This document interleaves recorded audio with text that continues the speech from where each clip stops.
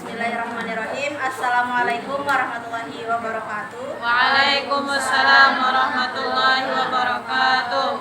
Alhamdulillahirrabbilalamin. Wassalatu wassalamu ala asrofil anbiya'i wal mursalin sayyidina wa maulana Muhammadin wa ala alihi wa sahbihi ajma'in amma ba'd. Alhamdulillahirrabbilalamin. Segala puji bagi Allah. Salawat serta salam semoga senantiasa tercurah kepada Nabi Muhammad SAW, keluarga, sahabat dan umatnya dari dulu hingga akhir zaman. Pada siang hari ini kita akan presentasi tugas kuliah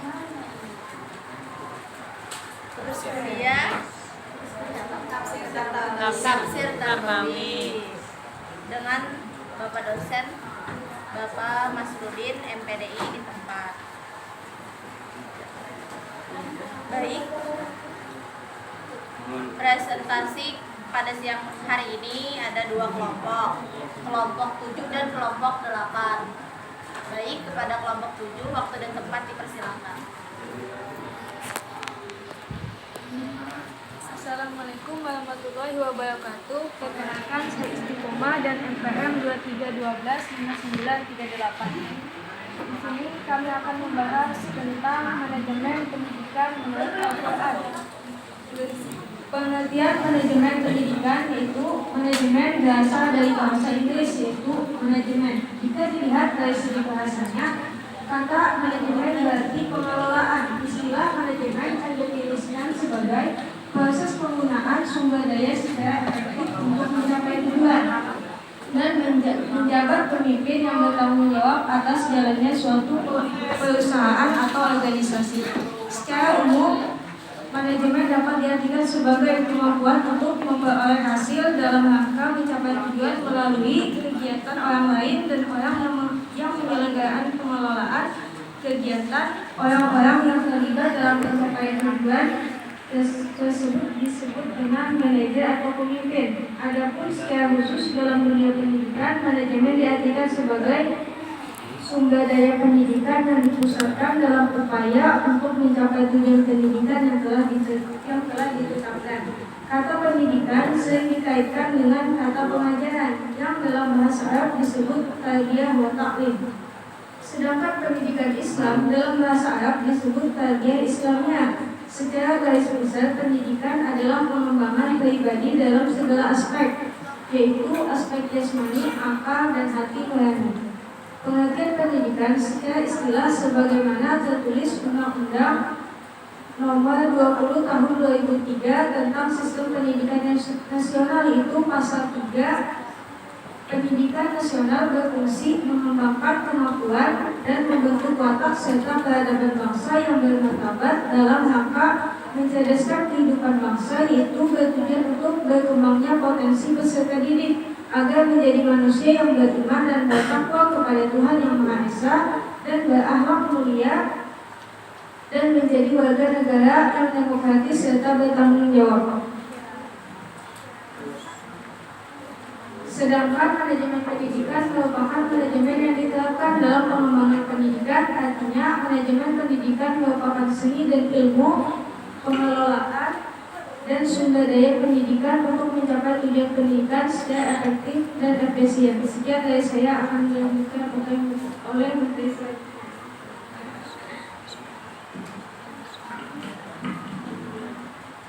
Baik, Assalamualaikum warahmatullahi wabarakatuh. Perkenalkan, nama Muhammad Yurman Musyid, MPN 2012-5891. Nah, di sini saya akan membahas tentang manajemen pendidikan menurut Al-Quran. Perlu diketahui, manajemen pendidikan Islam itu adalah proses pengelolaan lembaga pendidikan yang berdasarkan wahyu.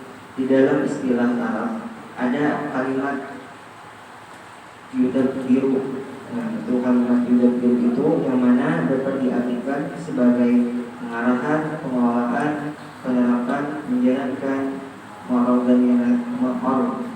mengorganisir dan merawat. Yang mana ada disebutkan di dalam Al-Quran surah Yunus ayat 3 dan ayat 31. Nah, di situ ada kalimatnya yang tercantum Sudah itu tadi. Nah, di sini salah satu yang ambil yaitu ayat 3 dari surah Al-Yunus. Bunyi A'udzubillahi minasyaitonir rajim. Inna rabbakumullahu alladzi khalaqas samawati wal arda fi sittati ayyamin thumma istawa 'alal 'arsy yudabbiru al-amra ma min sabihin illa min ba'di bi'idhnihi dzalikumullahu rabbukum fa'buduhu afala tadhakkarun. Nah, artinya sesungguhnya Tuhanmu adalah Allah yang menciptakan langit dan bumi dalam 6 hari. Kemudian Dia berkuasa atas arsy, mengatur segala urusan. Tidak ada seorang pun memberi syafaat kecuali setelah izinnya. Itulah Allah Tuhanmu, maka sembahlah Dia. Apakah kamu tidak mengambil pelajaran? Nah, dari ayat Yunus dari surah Yunus ayat 3 tadi disebutkan di situ Allah yang menciptakan langit dan bumi dalam 6 hari. Nah, padahal Allah itu menciptakan langit dengan sekejap mata gitu aja. Kun fayakun ya Allah. Cuman kita mengambil pelajaran dari situ ialah melakukan sesuatu manajemen, melakukan sesuatu yang anggapannya itu memerlukan proses. Artinya setiap sesuatu itu akan berhasil, akan tercapai, harus ada proses. Nah, di situ pembelajarannya. Dan juga di situ secara kada langsung Allah itu menciptakan, kalimatnya menciptakan langit dan bumi. Nah, di situ ya kalau Allah menciptakan bumi lawan langit, mungkin kelak af'al Allah tuh sama lawan af'al Tuhan. Tukang mulai bumi menciptakan mulai pendasi gitu. Cuman Allah mulai atas ke bawah. Nah, itu. Jadi Allah tuh sempurna. Nah, makanya biar di dalam jurnal disebutkan Al-Asnawi di nama Lucia itu Allah adalah regulator atau manajer yang sempurna, ya artinya itu. Artinya kemampuan Allah itu jauh lebih maha kuasa gitu. Nah, terus ayat seterusnya yaitu yang berbunyi tadi ma min syafi'in illa min ba'dihi bi'idhnihi. Nah, yang artinya tidak ada seorang pun memberi syafaat kecuali setelah izinnya. Yang artinya menurut ulun di situ artinya mun Allah kada menghendaki maka sesuatu itu kada akan pernah berhasil. Nah, artinya kita sebagai guru pai, calon guru pai, kita itu menyampaikan saja tugasnya, sampaikan apa yang benar menurut agama dan ajaran agama Islam. Sudah sekali itu saja, karena al-fahmu min Allah, karena apa itu hadis qudsi rasanya. Nah, itu artinya Allah itu yang memberi paham. Jangan kita memaksakan orang harus paham, itu jangan, karena kemampuan orang itu berbeda-beda. Nah, mungkin ini saja yang saya dapat sampaikan. Dilanjutkan kepada materi selanjutnya. Terima kasih. Dilanjutkan, sebelumnya perkenalkan nama Ulun Azia Hidayah, MPN 2312-6031. Di sini Ulun hendak menjelaskan tentang konsep manajemen pendidikan Islam dalam perspektif Al-Quran. Nah, konsep manajemen pendidikan Islam itu ada mengandung beberapa unsur-unsur. Yang pertama ada unsur fleksibel, yang kedua efektif dan efisien, yang ketiga terbuka, dan yang keempat kooperatif dan partisipatif. Yang pertama unsur fleksibel.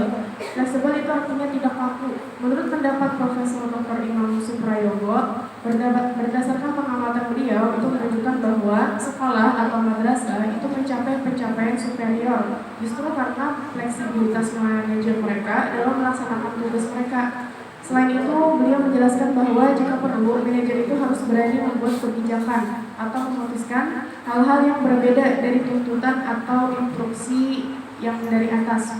Oleh karena itu, untuk menghidupkan kembali kreativitas manajer lembaga pendidikan, perlu untuk mengembangkan evaluasi. Nah, jika pandangan ini dipahami, maka manajemen dalam hal ini kinerja manajer atau pemimpin pendidikan itu tidak hanya diukur dengan menggunakan program yang ada, tetapi lebih dari itu. Lalu yang kedua, unsur efektif dan efisien. Menurut Wayan Sidarta, beliau menyatakan pekerjaan yang efektif adalah pekerjaan yang menghasilkan hasil seperti yang direncanakan semula. Memberikan hasil seperti yang direncanakan semula, sementara pekerjaan efisien adalah pekerjaan yang mengeluarkan biaya sesuai dengan rencana asli atau kurang. Biaya di sini yaitu adalah seperti uang, waktu, energi, orang, bahan, media, dan juga fasilitas. Dua kata yang efektif dan efisien itu selalu digunakan bersama dalam manajemen. Karena manajemen yang efektif saja itu sangat mungkin boros, sementara efisien saja dapat mengakibatkan tidak mencapai tujuan atau rencana yang ditetapkan. Lalu unsur yang ketiga yaitu terbuka. Kata terbuka di sini tidak hanya berarti terbuka dalam memberikan informasi yang benar, tetapi juga bersedia memberikan dan menerima saran atau pendapat dari orang lain. Jadi peluang itu terbuka untuk semua pihak.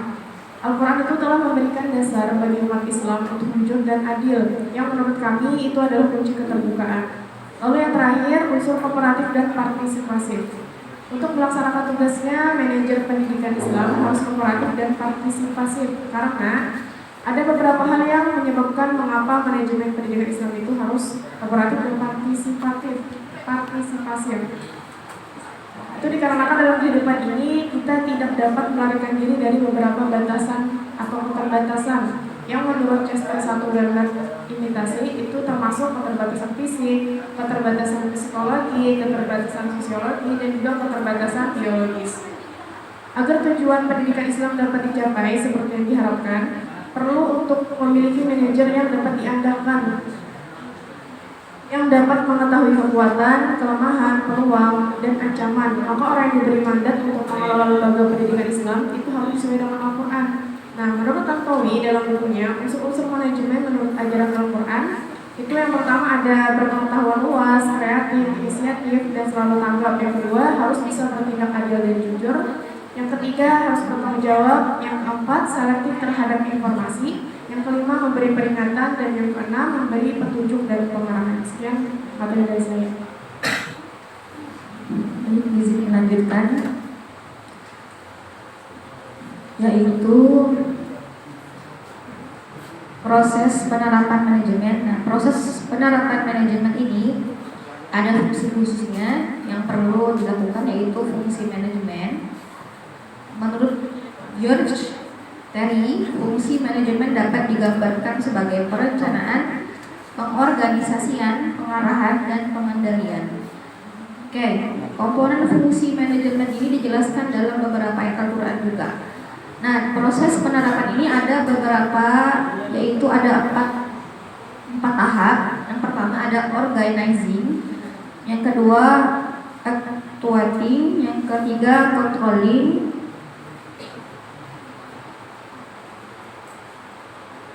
yang pertama dulu ada yang pertama planning.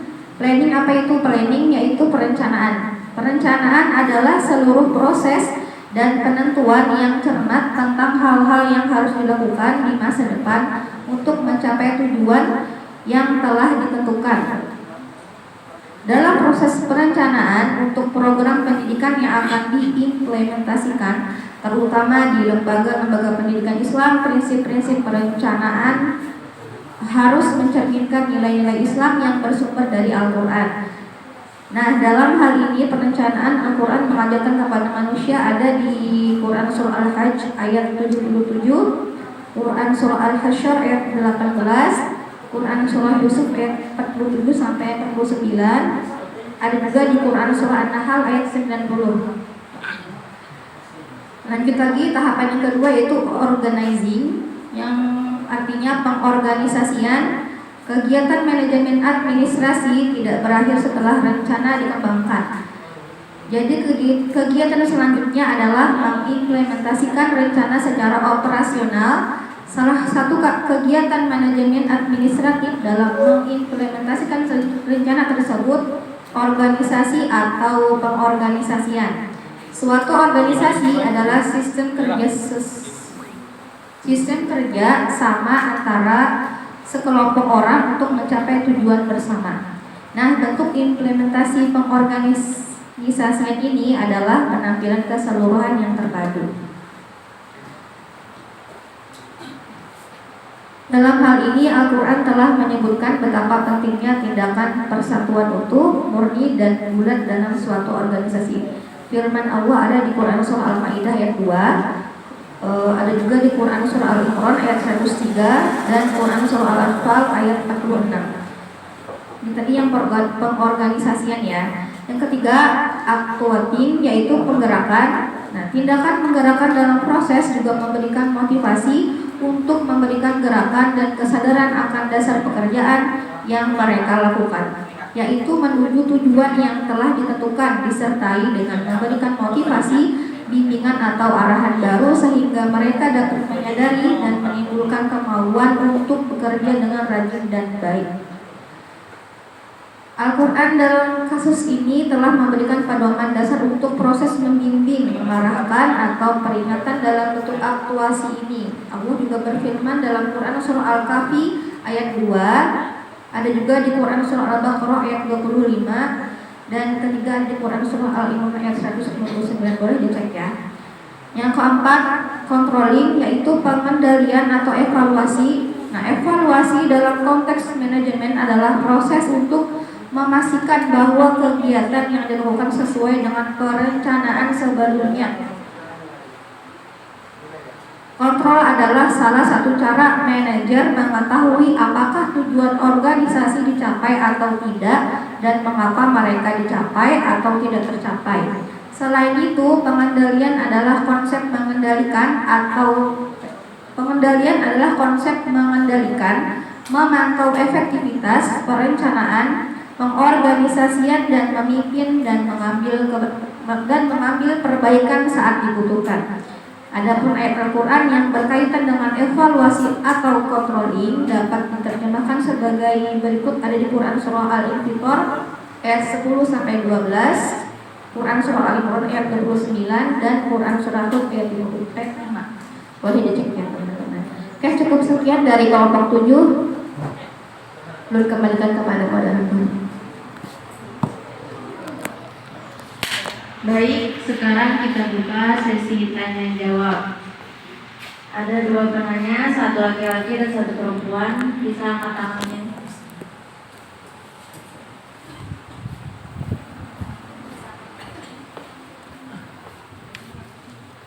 Ya, terima kasih. Nama saya Ahmad Majid.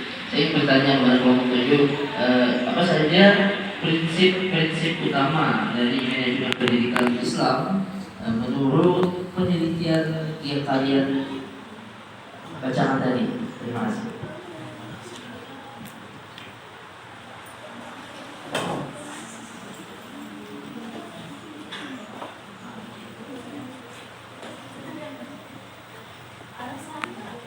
Ya, perkenalkan, nama saya Jamila yang bertanya kepada kelompok 7.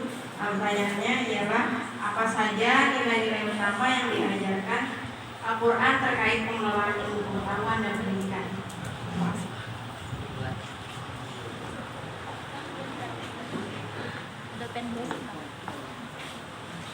Baik, kita tutup dulu sesi tanya jawabnya yang akan dilanjutkan dengan presentasi dari kelompok 8. Baik, untuk kelompok 8, waktu dan tempat saya persilakan.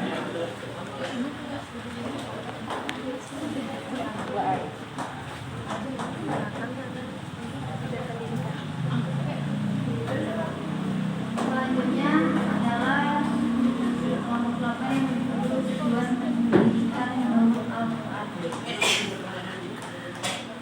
Saya akan menjelaskan pengertian tujuan pendidikan. Untuk menyampaikan konsep pendidikan, Al-Quran menggunakan 2 kata, an-nama dengan bentuk masdarnya ta'lim dan roh dengan bentuk masdarnya tarbiyah. Menurut Al-Raghib Al-Asfahani, definisi tarbiyah adalah syara'ah al-syair al-fahal ila hadi al-tawam, yang berarti mengembangkan atau meningkatkan sesuatu secara bertahap hingga mencapai batas yang sempurna.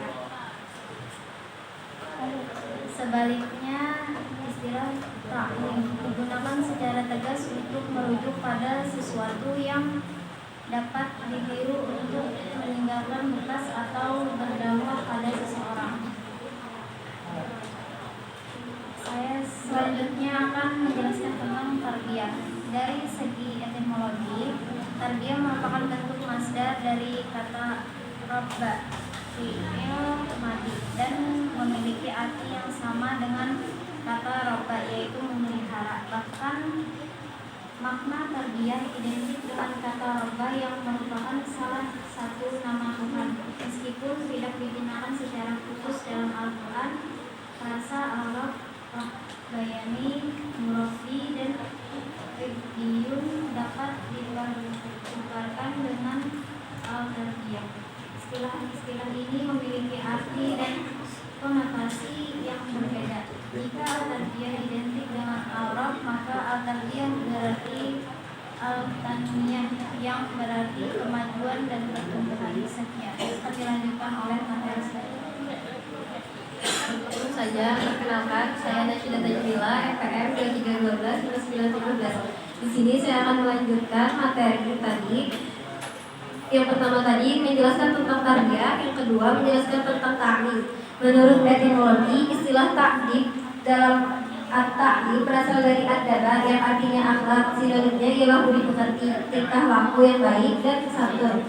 Istilah at-ta'lim berasal dari kata alama yang artinya mengajar, menyebutkan keyakinan dan ilmu.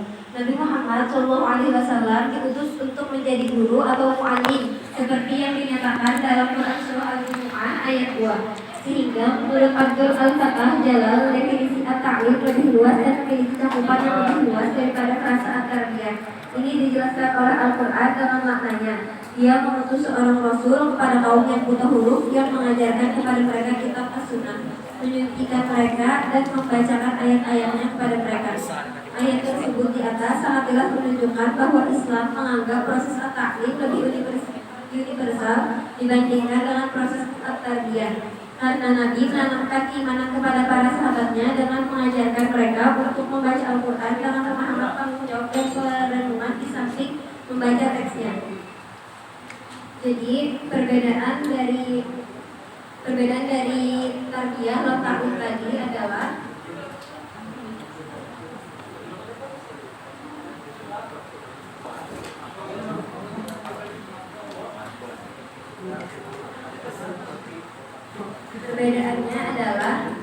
yang tarbiyah itu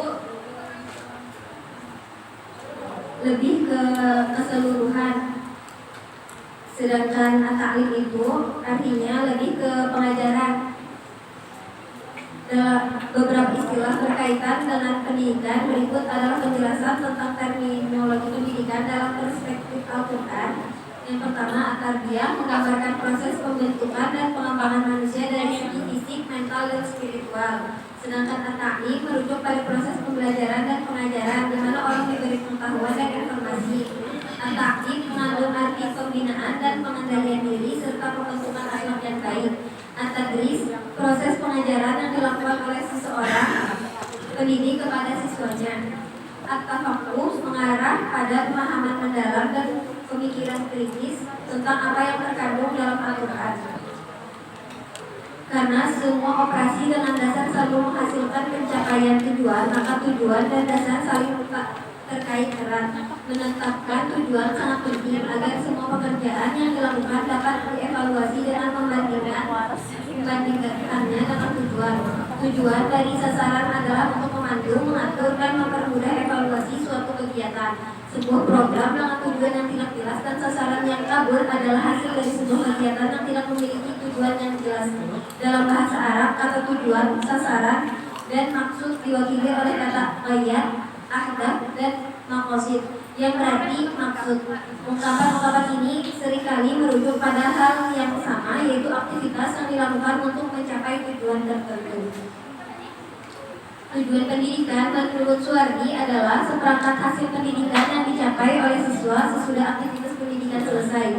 Setiap aktivitas pendidikan termasuk instruksi atau percobaan dirancang untuk tujuan pendidikan. Dalam situasi ini, tujuan pendidikan adalah bagian sistem pendidikan dan memiliki peran dan kegunaan penting.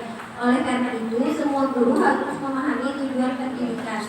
Dapat disimpulkan, setelah membaca beberapa penjelasan tentang apa itu tujuan pendidikan, bahwa tujuan tersebut merupakan tujuan utama atau arah dari kegiatan pendidikan. Apapun nilai pendidikan yang ditawarkan haruslah terfokus pada tujuan yang telah ditetapkan. Pendidikan Islam adalah sesuatu yang Allah telah menetapkan prinsip-prinsipnya untuk orang dalam syariat ini. Oleh karena itu, sebelum memulai membahas prosedur dan beberapa kualitas mengkaji pendidikan ini, harus terlebih dahulu menjelaskan tujuan-tujuan yang luhur dan luas yang telah Allah tetapkan untuk seluruh umat manusia, karena tujuan-tujuan tersebut menentukan metodenya.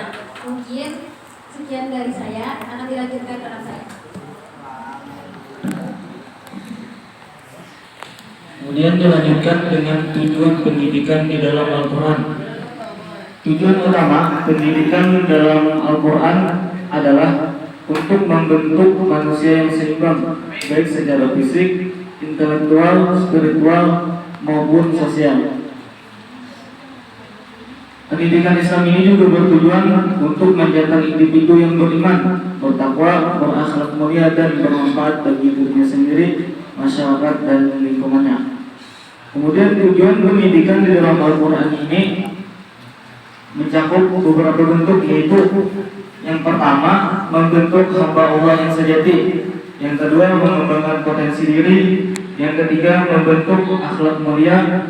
Yang keempat, menjadi khalifah di muka bumi ini. Kita ambil contoh yang ketiga, yaitu membentuk akhlak yang mulia.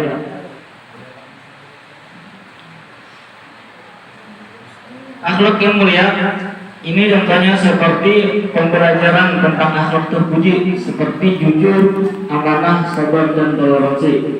Kegiatan sosial ini juga seperti mengunjungi panti asuhan atau membersihkan lingkungan. Nah, maksudnya itu pembelajaran tentang akhlak terpuji ini bertujuan untuk menanamkan nilai-nilai moral yang baik pada siswa. Kegiatan sosial memberikan kesempatan bagi seseorang untuk mengaplikasikan nilai-nilai tersebut dalam kehidupan nyata. Kemudian yang ayat berkaitan dengan tujuan pendidikan dalam Al-Quran ini, yaitu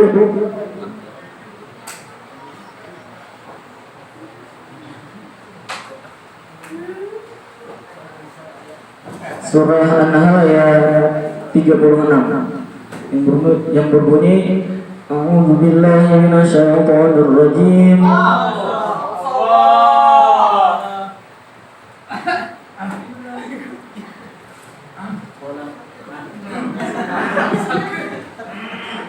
وَلَقَدْ بَعَثْنَا فِي كُلِّ أُمَّةٍ رَسُولًا أَنِ اعْبُدُوا اللَّهَ وَاجْتَنِبُوا الطَّاغُوتَ فَمِنْهُمْ مَنْ هَدَى اللَّهُ وَمِنْهُمْ مَنْ حَقَّتْ عَلَيْهِ الضَّلَالَةُ فَسِيرُوا فِي الْأَرْضِ فَانظُرُوا كَيْفَ كَانَ عَاقِبَةُ الْمُكَذِّبِينَ.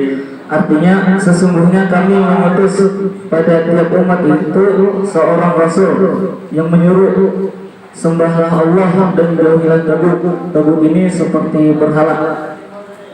Maka sebagian mereka ada yang mendapat petunjuk dan sebagian mereka ditetapkan kesesatannya. Maka berjalan di muka bumi ini, perhatikanlah bagaimana akhir dari yang berdusta. Kemudian dari surah itu menjelaskan bahwa tujuan utama diutusnya para nabi dan rasul adalah untuk mengajak manusia beriman dan bertakwa kepada Allah Subhanahu wa taala. Dan hubungannya antara tujuan pendidikan yaitu menyebarkan ajaran Islam, kedua membentuk generasi yang beriman, yang ketiga menjauhkan manusia dari kesesatan, yang keempat yaitu implikasi bagi pendidikan modern, diantaranya integrasi iman dan ilmu, pengembangan karakter, relevansi dan kehidupan, serta keterlibatan di dalam masyarakat. Kemudian akan dilanjutkan oleh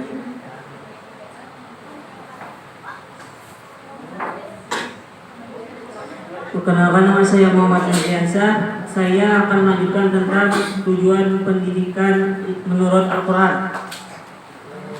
Yang kedua yaitu kami mengambil tujuan pendidikan menurut Al-Quran, itu surah Az-Zariyat ayat 56 yang berbunyi A'udzubillahi minasyaitonirrajim wa ma khalaqtul jinna wal insa illa liya'budun. Tidaklah aku menciptakan jin manusia melainkan untuk menyembahku. Oleh karenanya para ahli pendidikan Islam sepanjang masa menjadikan ma'rifatullah atau mengetahui Allah dan ma'rifatul Islam, mengenal Islam sebagai tujuan utama pendidikan Islam.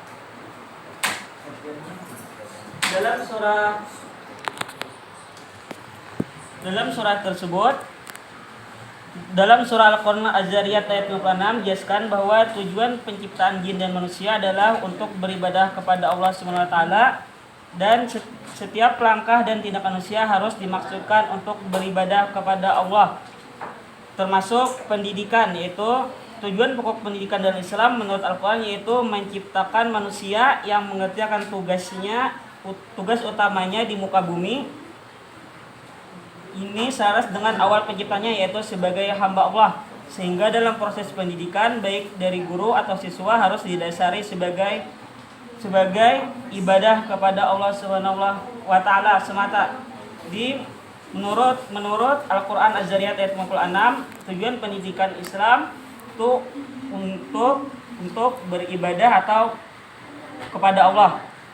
Secara kesimpulannya, dalam Al-Qur'an pendidikan dimaksudkan untuk membantu manusia melaksanakan tugasnya sebagai hamba dan khalifah Allah di bumi, yaitu memakmurkan bumi, memahami potensinya dan perbendaharaan yang terkandung di dalamnya, dan mewujudkan apa yang diinginkan Allah untuk digunakan, dikembangkan, dan ditingkatkan. Dengan demikian, pendidikan dalam Al-Quran adalah proses menyiapkan manusia untuk memanfaatkan perbendaharaan yang telah Allah SWT siapkan sebagai bekal untuk mereka. Mungkin itu saja presentasi dari kelompok kami. Cukup sekian. Wassalamualaikum warahmatullahi wabarakatuh. Dikembalikan kepada moderator. Baik, sekarang kita buka sesi tanya jawab untuk kelompok 8. Bagi yang ingin bertanya silakan angkat tangannya.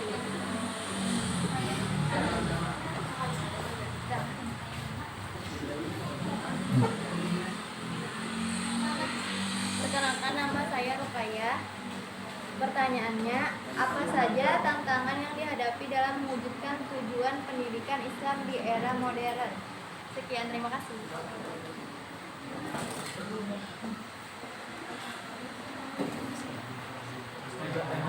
Perkenalkan, nama saya Muhammad Zainal.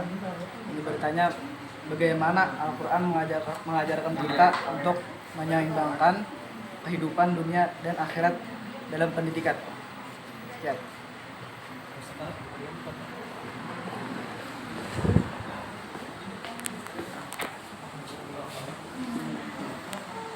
Baik, kita tutup presentasi untuk kelompok 8. Sekarang sesi menjawab dari kelompok 7. Baik, untuk kelompok 7 silahkan jawab pertanyaan yang tadi.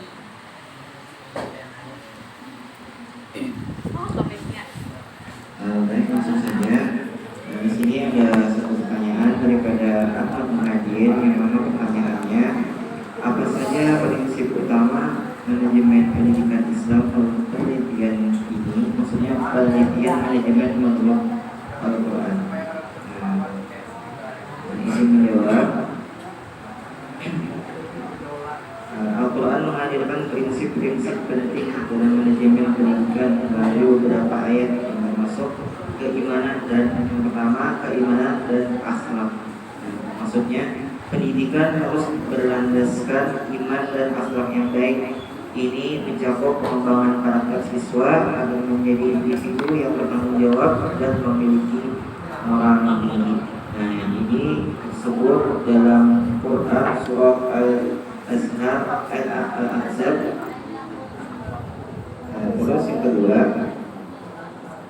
yaitu musyawarah, yaitu keputusan dalam manajemen pendidikan harus diambil melalui musyawarah.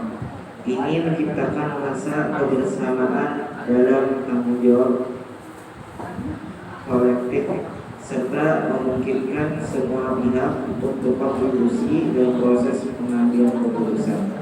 Ini disebutkan pada Al-Quran surah Al-Imran ayat 159.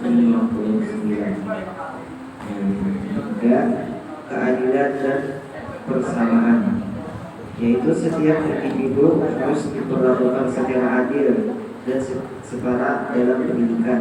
Hal ini memastikan bahwa semua siswa mendapatkan kesempatan yang sama untuk belajar dan berkembang tanpa diskriminasi.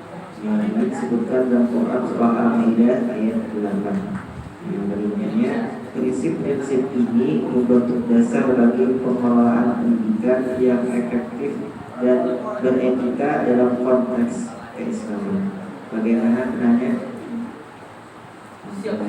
Terima kasih. Dilanjutkan kepada pertanyaan yang kedua. Ya baik, izin menjawab pertanyaan dari Jamila. Tadi pertanyaannya apa saja nilai-nilai utama yang diajarkan Al-Quran terkait pengelolaan ilmu pengetahuan dan pendidikan. Jadi Al-Quran mengajarkan beberapa nilai utama terkait pengelolaan ilmu pengetahuan dan pendidikan. Yang pertama yaitu pentingnya ilmu. Nah, Al-Quran ini menekankan bahwa ilmu pengetahuan adalah keistimewaan manusia dan penting untuk memahami alam serta menjalankan peran sebagai khalifah di bumi. Dalilnya ada di Quran surah Al-Baqarah ayat 31 sampai 32. Boleh Jamilah cek nanti lah. Yang kedua, menghormati akal. Al-Quran mendorong penggunaan akal dan penalaran dalam memahami fenomena alam dan kehidupan. Dalil juga ada di Quran surah Al-Ghasyiyah ayat 17 sampai ayat 20. Yang ketiga, pembelajaran berkelanjutan. Ayat pertama yang diturunkan Iqra atau bacalah menunjukkan bahwa pendidikan dan pembelajaran adalah fondasi penting dalam Islam. Yang keempat yaitu nilai moral dan etika. Al-Quran memberikan pedoman moral yang membentuk karakter individu dan masyarakat dan cukup kejujuran, keserian dan keadilan. Bagaimana Jamila? Oke.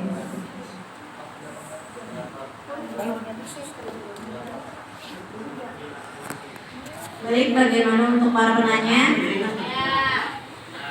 Jelas.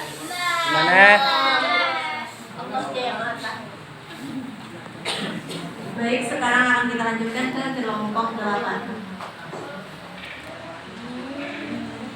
Di sini saya akan menjawab pertanyaan dari saudari Rukaya. Pertanyaannya adalah, apa saja tantangan yang dihadapi dalam mewujudkan tujuan pendidikan Islam di era modern? Di dalam era modern ini kita banyak sekali tantangannya. Salah satunya perkembangan teknologi. Karena berkembangnya teknologi, pengaruh globalisasi dan budaya asing masuk ke kehidupan anak-anak zaman sekarang. Jadi anak-anak zaman sekarang tuh banyak terpapar dari media sosial, ngomong kasar, menonton yang tidak kayak itu. Nah, jadi itu salah satu PR untuk guru pendidikan Islam. Itu banyak juga kurangnya minat terhadap pendidikan agama. Banyak yang lebih memilih ke SMA atau SMK karena lebih mudah mencari pekerjaannya aja. Setelah itu, tantangannya keterbatasan kualitas guru. Banyak guru yang bisa mengajar agama tetapi tidak memiliki metode mengajar yang menarik, sehingga santri atau santriwati yang belajarnya tidak adanya itu monoton, intinya kayak gitu. Terus itu infrastruktur dan sumber daya yang terbatas. Mungkin suasana kelasnya yang kurang kondusif, mejanya, bangkunya masih banyak yang rusak. Itu ada juga Oh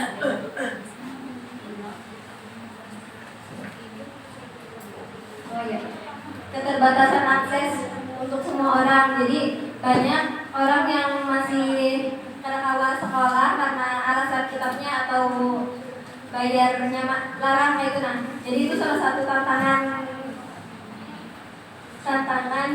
untuk mewujudkan tujuan pendidikan. Siapa saudara-saudari rumah ya?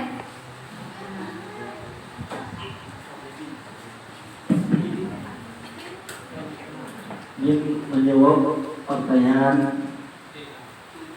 Muhammad Zainal. Zainal bertanya bagaimana Al-Quran mengajarkan kita untuk menyeimbangkan kehidupan dunia dan akhirat dalam pendidikan.